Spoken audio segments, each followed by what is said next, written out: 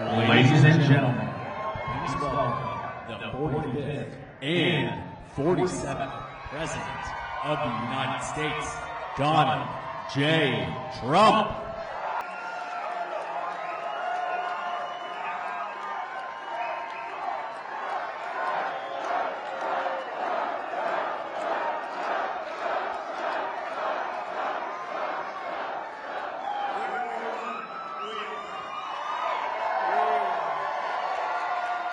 Great to be back in this beautiful city to celebrate the historic first week in the White House. That was definitely historic.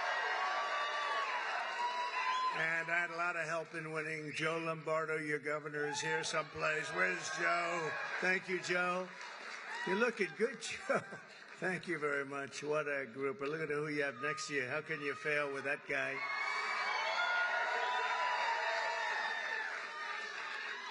Also, Lieutenant Governor Stavros Anthony. Stavros, thank you very much.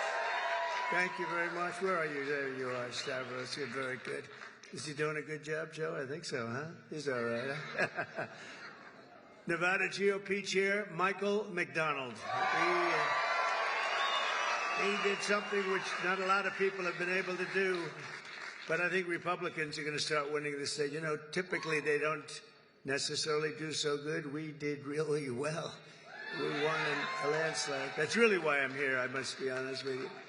Republican National Committee woman, Sigal Chattah. Sigal, thank you, wherever you may be. Hi, Sigal, thank you very much. Republican National Committeeman, Jim DeGraffenreid. That's a hell of a beautiful name, but I know the name so long, it's easy to say. One of the greatest people, I'll tell you, a man who's done so damn well. I don't know what it is with him. He's just a legend. He's one person, you know, we can all sort of be replaced, although we don't like to think that. Maybe it's not true. But this is a guy that can't be replaced. There's nobody like him. Dana White. Where's Dana White? Where's Dana White? Where the hell is he? UFC. Are the Nelk Boys here? Oh, yeah, there they are, the Nelk Boys right there. And Rick Harrison. Rick, thank you very much for being here. If you're around here someplace with Dana. Mr. Phil Ruffin, his wife Alexandra, and their two beautiful children, Richard and Marlena. Phil, where's Ruffin? Where's Phil Ruffin? He's right here, so he's some legend, I'll tell you. He's a legend in Las Vegas and beyond. Phil, he's here. He'll be coming out. Today we talk about how we're going to end the economic suffering and stagnation and disaster of the past 4 years and create the 4 greatest years in the history of our country. That's what's going to happen. That's what's going to happen. And as I said in my inaugural address, which, by the way, it got the highest rating in the history of Fox. Can you believe that? That's nice. The golden age of America begins right now, but I have to be honest with you, I'm really here for a different reason. I'm here to say thank you. I went to North Carolina yesterday, and then I flew to see just an unbelievable problem and just a mess in Los Angeles, right?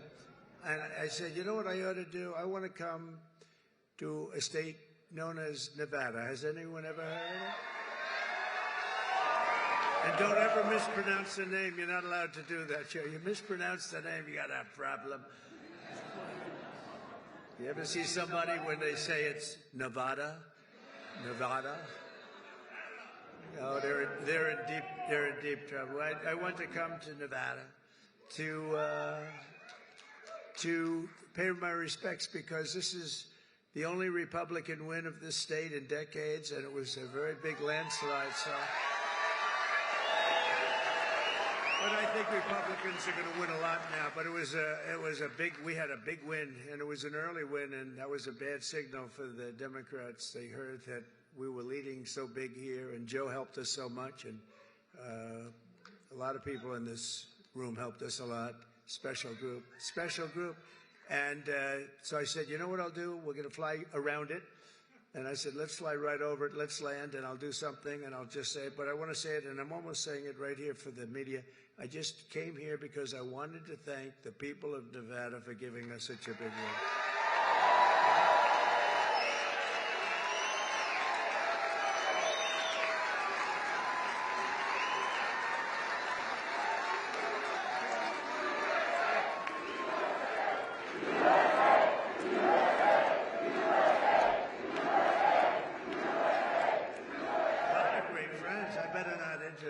Well, I'll be here all day. Under our leadership, we're going to defeat inflation, bring down prices. We're going to raise those wages. They're going to go up. They're going to go up. Put more money in your pocket, secure our borders, restore law and order to our cities, and we're going to make America great again. And for 4 long years, the last administration waged war on the American middle class and everybody else. They had a lot of wars. We had no wars when I left. You know, we defeated ISIS, and we stayed out. Nobody wanted to mess with us. They had a lot of wars. We're trying to put them out. We'll get them put out. Don't worry, we'll get them put out.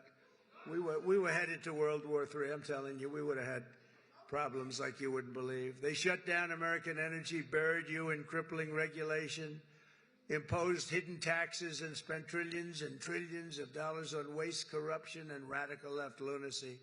These were lunatics. The result was the most brutal inflation in a half a century, perhaps ever, in this country, I think ever, and soaring prices for food, groceries, and other household goods. The people of Nevada are now paying nearly $1,200 per month more to make ends meet since I left office. Think of that, $1,200 at least. But since I became the 47th president at noon on Monday, I've been moving with urgency and historic speed to fix every single calamity of the Biden administration that they've created. And this week alone, I took nearly 350 executive actions to reverse the horrible failures and betrayals that we inherited from a group of people that didn't know what the hell they were doing, what they've done to this country, especially the open borders, where they have, think of it, 21 million people came in. Many of them are criminals, murderers. Well, we're getting them out. You see it. You see it yesterday, first day. Our message could not be more clear. America's decline is over. American decline is over. We're laughed at all over the world. Now we're not laughed at anymore, I'll tell you. What the world witnessed this week is nothing less than a revolution of wealth creation for everyone, and also common sense. It's about common sense. It really is. We're the party of common sense. On day one, I directed every member of my cabinet to, and by the way, Pete Hegseth got approved.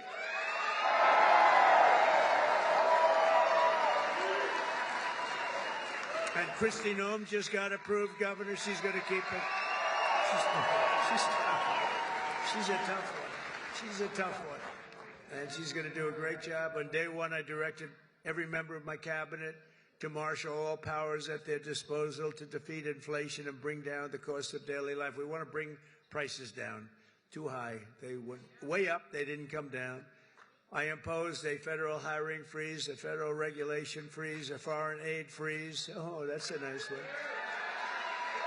And I created the new Department of Government Efficiency, and we're going to have a lot of good people. We're going to get Elon Musk to get involved in that a little bit. He already is. People like him. I terminated the ridiculous and incredibly wasteful Green New Scam.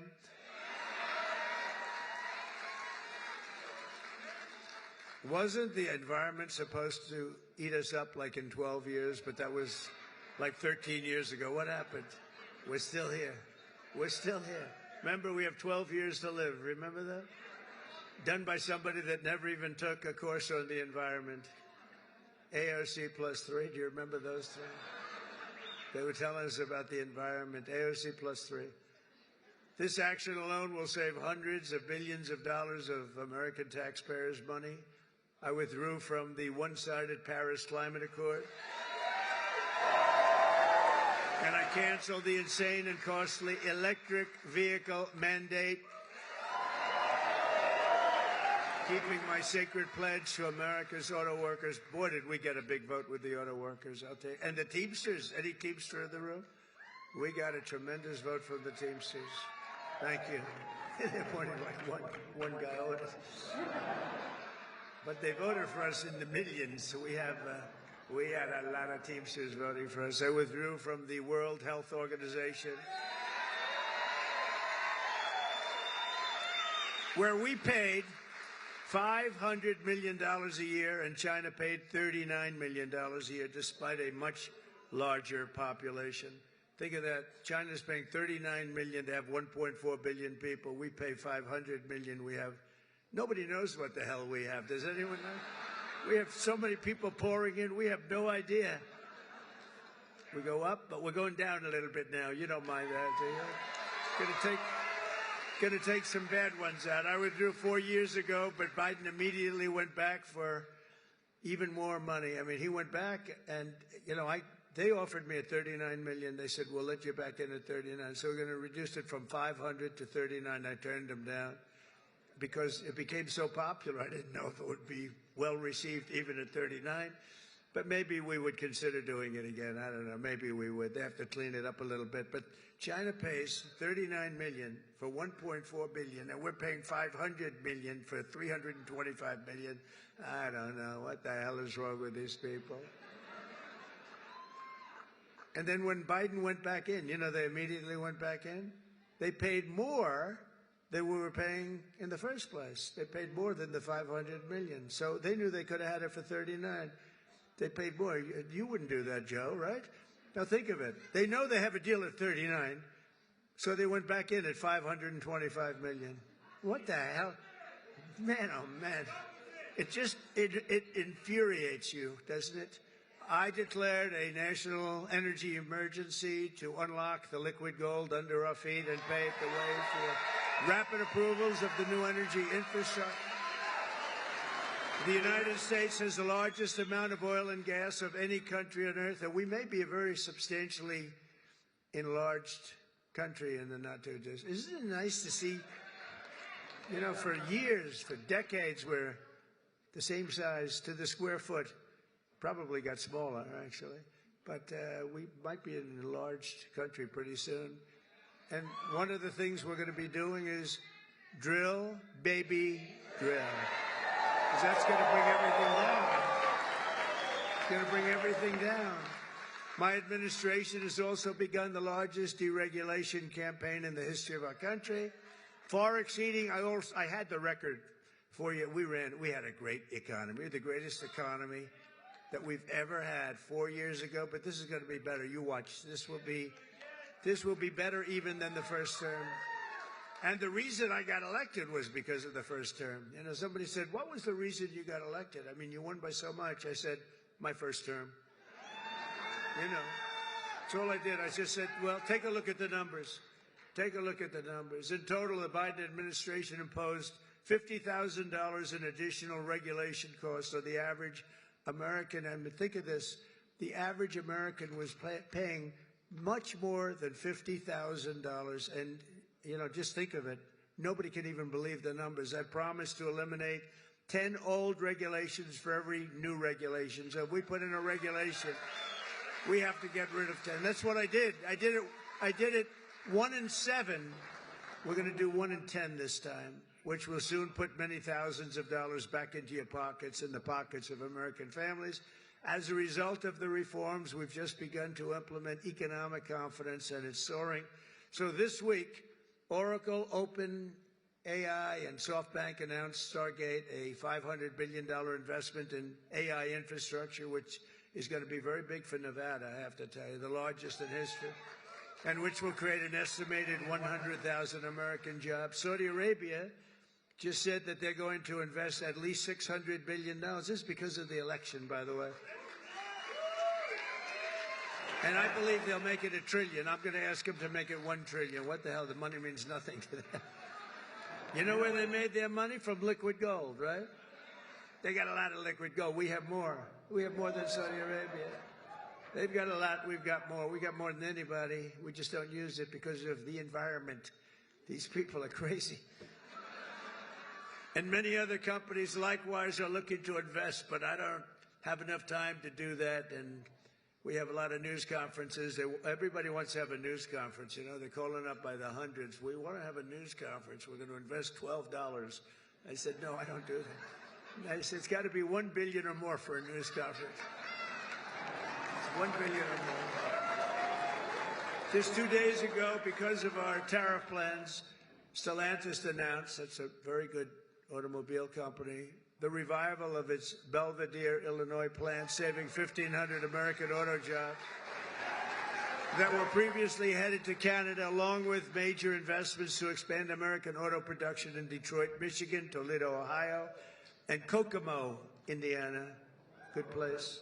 All of these investments are happening only because of our historic victory. And if we didn't win, it'd be just the opposite. They're pulling out. They were pulling out. They were really pulling out. So they would be withdrawing money. Our country was on the verge of some of the very bad things, and bad things were happening.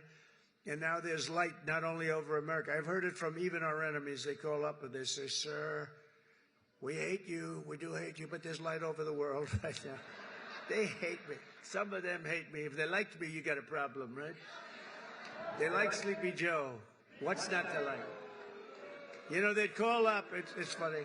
I was told today by one of the big leaders of the world, would call for a telephone call with the President of the United States a year ago.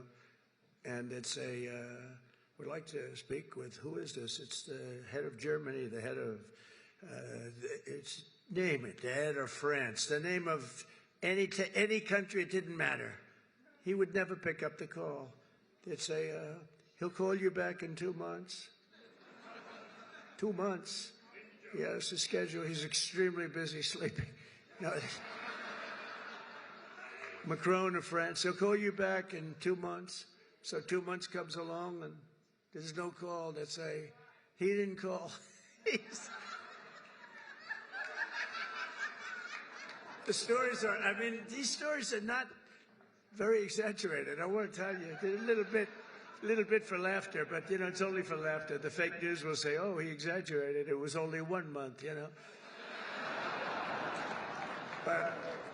But he'll say, he'll call you back, and then he'd never call, and then they could never get him on the phone. And the problem I have is that when I speak to and I speak to them immediately, they'll say, could we speak to the president? Would that be possible? We could do it anytime over the next month. They're so used to this, right? I say, no, I'll pick it up right now. Is he on the phone? Yeah, hello, how you doing? That's what, you know, get it over with, right? Get it over with. The only problem, they were so starved for love from the United States, I cannot get them off the phone. I can't get people, if you can't, I say, I have to go now, King, or I have to go now, President. But you can't get them off the phone. They're starved for love. You know, for years they haven't spoken. They didn't even know we had a president, if you want to know. But under our leadership, America is back open for business, and it's really a big deal. It's really a big deal. And they have, though. They said, you know, there's like a light all over the world now. It's not just here. We feel a light over our country. Everyone does. But there's a light all over the world. We've accomplished more in 1 week than other administrations have accomplished in 4 years, and we're just getting started. We got rid of the woke. We got rid of the woke crap. What a lot of stuff.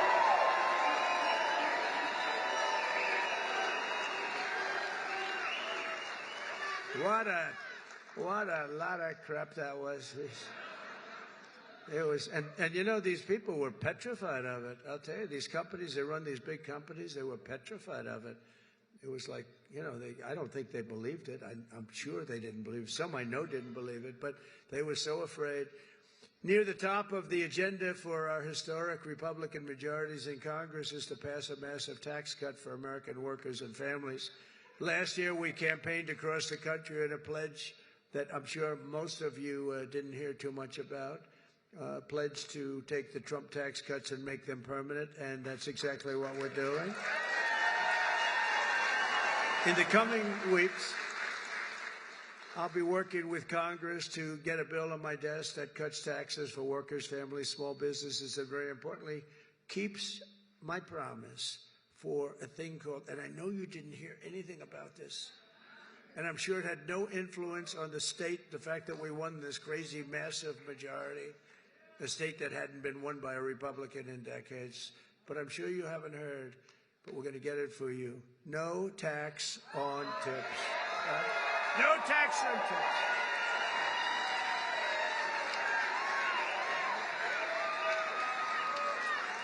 So if you're a restaurant worker, a server, a valet, a bellhop, a bartender, or one of my caddies, I go through caddies like candy. If I play badly, I always blame my caddy. Or any other worker who relies on tipped income, your tips will be 100% yours. Won't that be nice? Joe, Governor, do you think that had an impact on the election? You do? Like what, a half a point? Pretty big. You had an impact, let me tell you. Nationwide, over 4 million workers depend on tip income, including an estimated 700,000 single moms. And here in Nevada, we will have a quarter. Think of it. A quarter of the typical restaurant workers' pay comes from tips. I didn't know that much. That's a lot. You haven't been reporting them for the last 10 years. So here's our deal. We're going to have no tax on tips from now on, but we're going to go after you viciously for all the money you didn't report for the last 10, 15. We're going to go after you for all the money you didn't report for. I'm only kidding. I'm only kidding. I have to say to the fake news, because they're going to say Trump is after all restaurant workers. Many of these workers are some of the very citizens who were hit hard and very hard by the ravages of the Biden economy, which was inflation. When I think of Biden, I think of incompetence and inflation. Not being nice by saying. I'm being nice when I say that. Yet even in the midst of the suffering he created, Joe Biden launched a cruel campaign to extract more money from tip workers. And that's what happened. I'm telling you, a young waitress, I won't say beautiful because you're not allowed to say that as a politician. Used to be you could say a young, beautiful waitress. This was a young, beautiful waitress, but I won't say that because I feel like I want to continue my political career.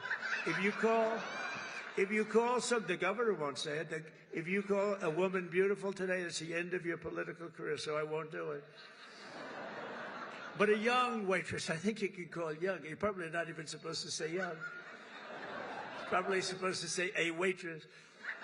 But a young waitress came up and I said, how are you doing? And in my restaurant in the hotel in Trump, I said, how are you doing? And she said, not great, because they're after me so viciously for tips. They just want my tip income and they don't believe me and all of this. And she said, it's terrible. You know, sir, you should have no tax on tips. I said, what? I said, what'd you just say? No tax on tips. That was about the amount of my consultation. It's true. No tax. I said, what did you just say? Say those words again. Sir, no tax on tips. I said, thank you very much. You just won the election.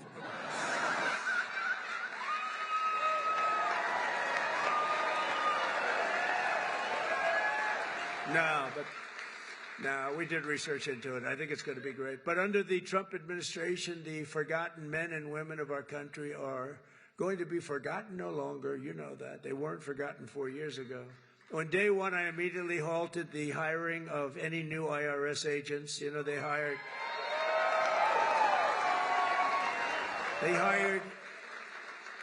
or tried to hire 88,000 new workers to go after you, and we're in the process of developing a plan to either terminate all of them or maybe we'll move them to the border. I think we're going to move them to the border. Well, they're allowed to carry guns. You know, they're so strong on guns, but these people are allowed to carry guns, so we'll probably move them to the border. Yeah. She said no tax on it. How about just no tax? You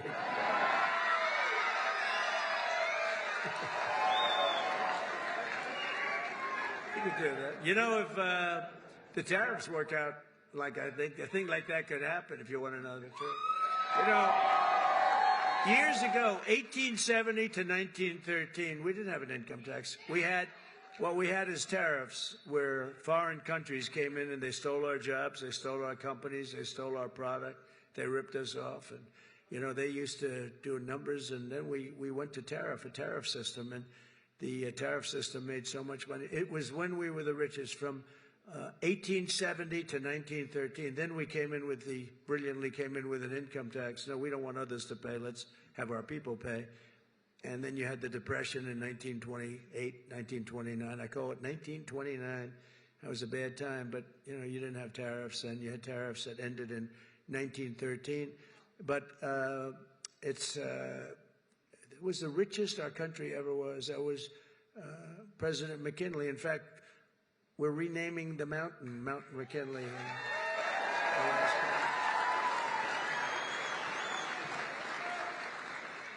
You know what else we're renaming? We're renaming the Gulf of Mexico into the Gulf of America.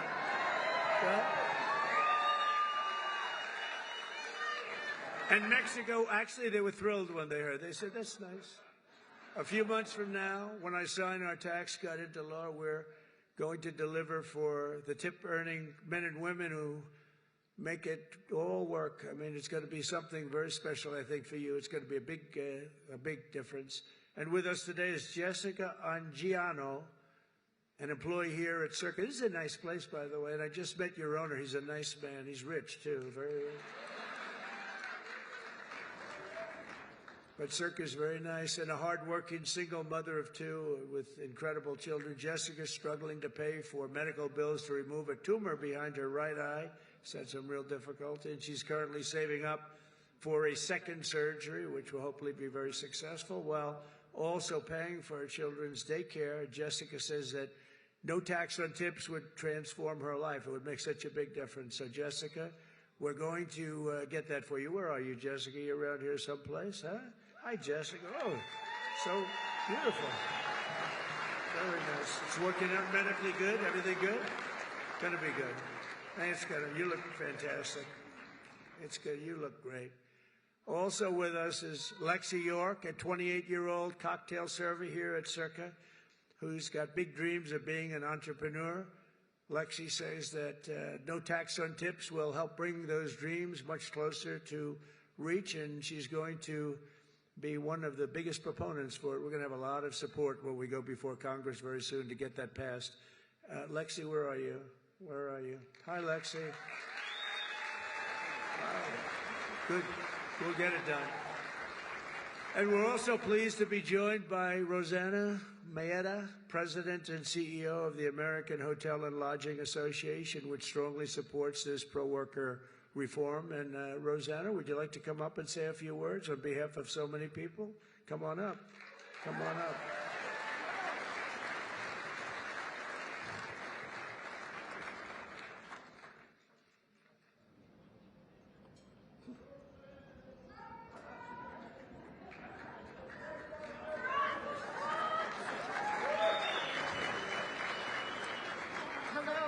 Mr. President, on behalf of the American Hotel and Lodging Association, I'm so honored to be here today.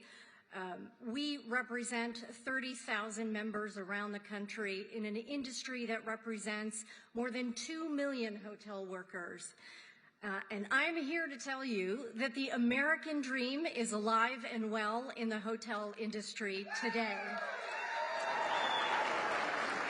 It is still one of the few places where you can have and grow your career, starting a job as a housekeeper or a dishwasher or bellhop, to running a hotel, to owning a hotel or a few, and to even becoming the CEO of a global brand or President of the United States. Mr. President, in 2017, the tax bill that you championed cut taxes for so many working families and American workers. It helped small businesses small business hotel owners in our country who make up the majority of the industry reinvest in the economy, spurring jobs and growing and strengthening the economy.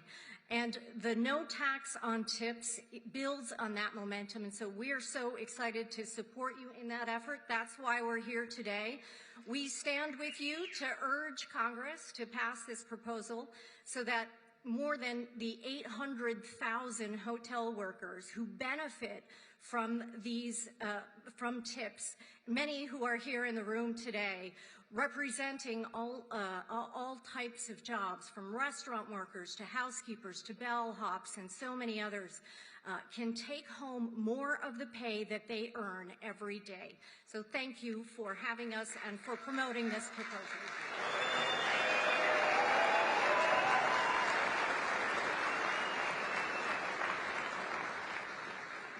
Thank you very much, Jessica. Great. After 4 long years, and these were long years of a government that always put you last. They put America last, they put you last, they put everybody last that was associated with us. You once again have a president who's putting our workers first, putting our families first, and above all, putting America first. And we're going to keep America first, and you see it.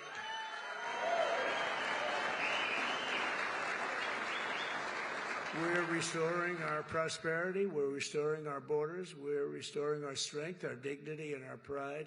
We've been hurt badly by this group of people. This group of people, they didn't have a clue what the hell was happening. It's so disgraceful that they were allowed to do it. But quite honestly, we're restoring our country. Within hours of taking the oath of office, I declared a national emergency at our southern border. I sent active duty troops to the border to help repel the invasion. Tom Homan is leading the charge, you know that. We like Tom Homan, right? Doing a great job. We immediately halted all illegal entry and began sending every border trespasser and violator back to the places from which they came.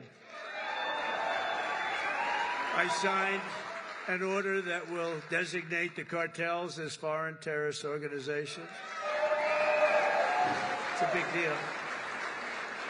That's a big deal. Biden didn't want to do that. No, I don't want to do that. Biden didn't know he was alive. He didn't want to do it. He didn't want to do that.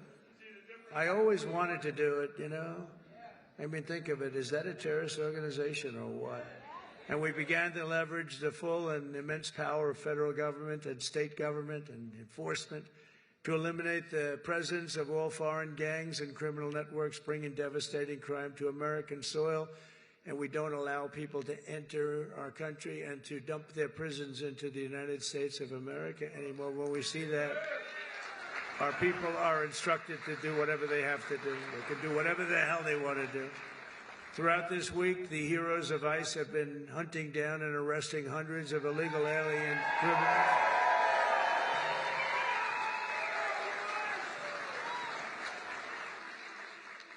And its immediate expulsion, including those with charges of convictions for rape, child sexual assault, terrorism, and even murder. Members of the savage Venezuelan prison gang known as Tren de Aragua. You know that gang? This is not a nice group of people.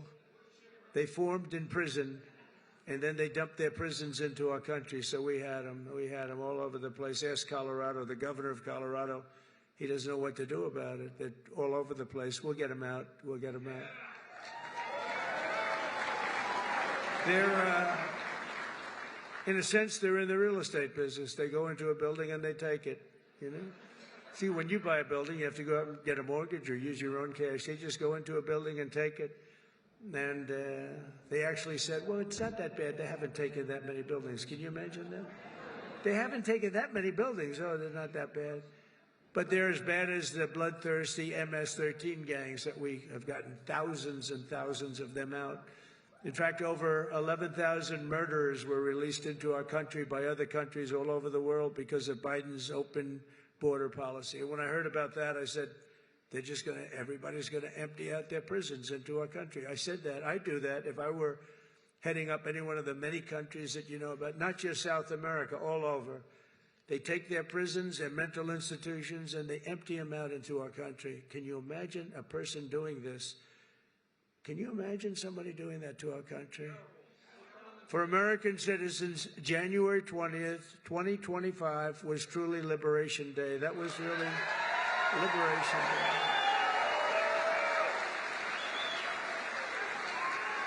This week, I also signed an order to end the weaponization of our government against American people and political people like me. We never had a thing like that. He went after his political opponent. Who would have thought he helped me? I think he helped me get elected, Joe. You want to know the truth? I became much more popular. I'm the only guy that ever became more popular when something like that happened. But these guys were just so inept. We had the guy deranged Jack Smith, deranged. He was a deranged human being. But they thought this way Biden could sneak by and he could win an election, another cheating in another election. That's what it was. But we won. We won. You think that was fun? You think that was easy? It wasn't fun. And investigate all of the abuses of power. I pardoned hundreds of political prisoners who had been viciously persecuted by the Biden regime. Hundreds of people were persecuted, including Christians, pro-life activists, 2 Washington, D.C. police officers just yesterday, whose lives were destroyed from chasing down a dangerous illegal alien criminal. And, of course, I was very proud to pardon the J6 hostages.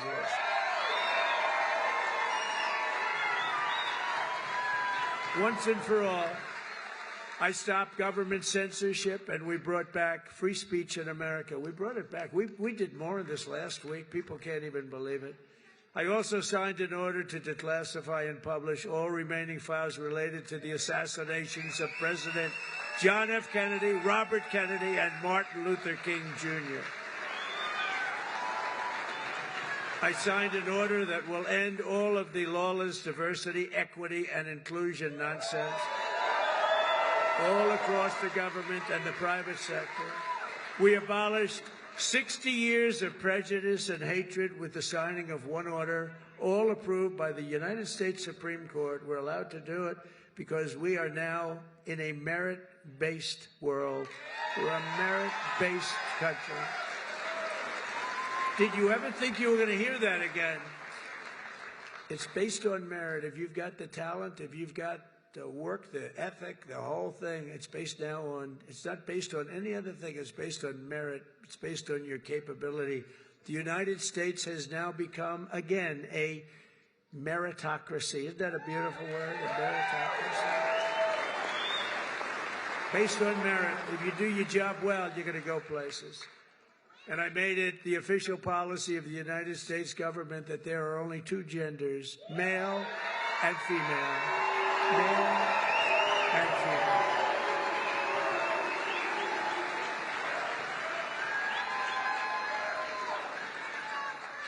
Every single day of my term, we're living by the motto, promises made, promises kept. I kept my promises. It's why we won.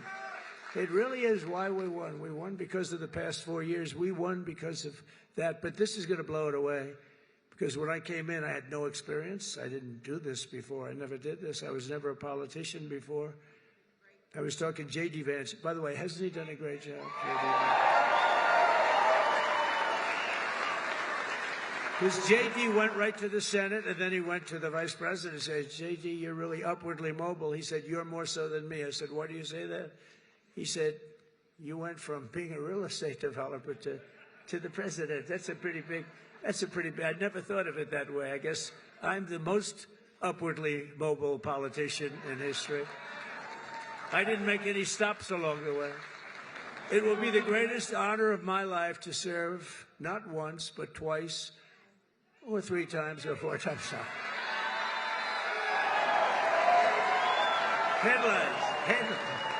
Headlines from the fake news. Now it will be to serve twice. For the next 4 years, I will not rest. I will not yield. And together we will not fail. We will win, win, win. We will bring back the American dream. We're going to bring it back. You know, in recent years, our nation has suffered greatly, but we are going to make it great again, greater than ever before. We'll be a nation like no other full of compassion, courage, and exceptionalism. That's what we're doing, and that's what it's all about. And you see that. I think you see it more in the last week than you've seen it in years. And I walked up the stairs of that massive plane that's waiting for me, that big 747, and I said, there's no way I'm going to let myself fall, because that was one hell of a... That triple fall was a disaster. I would call that a political disaster. You can fall once, you can fall twice, but you can't fall 3 times. You can't fall 3 times. What a disaster. I've used that in every ad I think I ever did. Our power will stop all wars and bring new spirit of unity to a world that's been angry, violent, and very unpredictable. America will be respected again and admired again, including by the people of religion, faith, and goodwill. We're bringing back religion in this country. We will be prosperous. We will be free. We will be bigger, bolder, and more ambitious than ever before. And together we will make America powerful again. Make America wealthy again. Make America healthy again. We will make America strong again. Make America proud again. We're going to make America safe again. And we will make America great again. Thank you very much. And thank you very much, Nevada. Thank you, Joe. Thank you very much. We'll be back. We'll be back. Thank you. Thank you, my man. Great job. Thank you, everybody. I don't ever slow up. No, I don't take shit. I got no love for the fakeness. If you wanna play tough and wanna hate this, I'll always show up. I don't ever slow up. No, I don't take shit. I got no love for the fakeness. If you wanna play tough and wanna hate this, I'll always show up and make a statement. I don't ever slow up. No, I don't take shit. I got no love for the fakeness. If you wanna play tough and wanna hate this, I'll always show up and make a statement. Everything I do so instinctive and so passionate. Every word I move so descriptive like an adjective. I got a vendetta against people who patented being negative when you should be getting after it. I got facts over tracks, this and that. Spitting slow, spitting fast. I could roast, I could gas. Think I'm okay at last, but I don't know if that can erase all the past. And the pettiness, a reflection of the emptiness. Hilarious, you think you're worth my time, you're delirious. Mysterious, because you hide behind a fake exterior. Inferior, you know I'll always be a bit superior. Get off of me, this ain't no humble brag. I want you to hear words, you can say them back. I want you to feel free from the chains at last, and to believe in what you got, it was built to last, yeah. Now that I've been put through hell, I never got anyone's help. I had to do it all myself. I don't ever slow up. No, I don't take shit. I got no love for the fakeness. If you wanna play tough and wanna hate this, I'll always show up and make a statement. I don't ever slow up. No, I don't take shit. I got no love for the fakeness. If you wanna play tough and wanna hate this, I'll always show up and make a statement. Gonna learn the consequence of being incompetent. Mental health is confidence, dreams and some honestness. I'm not here to save the day, that's for you to take away. I could play a million mind games, but instead I say something not illogical, something that is topical. Rub it on and watch it go, make yourself unstoppable. Dreams are irresponsible, but they're always possible. If you just believe, you could be so remarkable. Thoughts in my head, a collage and they spread. I'll be great one day, going off of my meds. No, I'm not giving up, no, I'm not giving in. I will make it to the top, taking off in the wind. I gotta make it, I'm saving every day to taste it. I'm patient, but my mind, it can hardly take it. I'm chasing a dream that I've had for several ages. A vacant, modern kingdom for the taking. Now that I've been put through hell, I never got anyone's help. I had to do it all myself. I don't ever slow up, no I don't take shit. I got no love for the fakeness. If you wanna play tough and wanna hate this, I'll always show up and make a statement. I don't ever slow up, no I don't take shit. I got no love for the fakeness. If you wanna play tough and wanna hate this, I'll always show up and make a statement. I don't ever slow up, no I don't take shit. I got this. If you wanna play tough and wanna hate this, I'll always show up.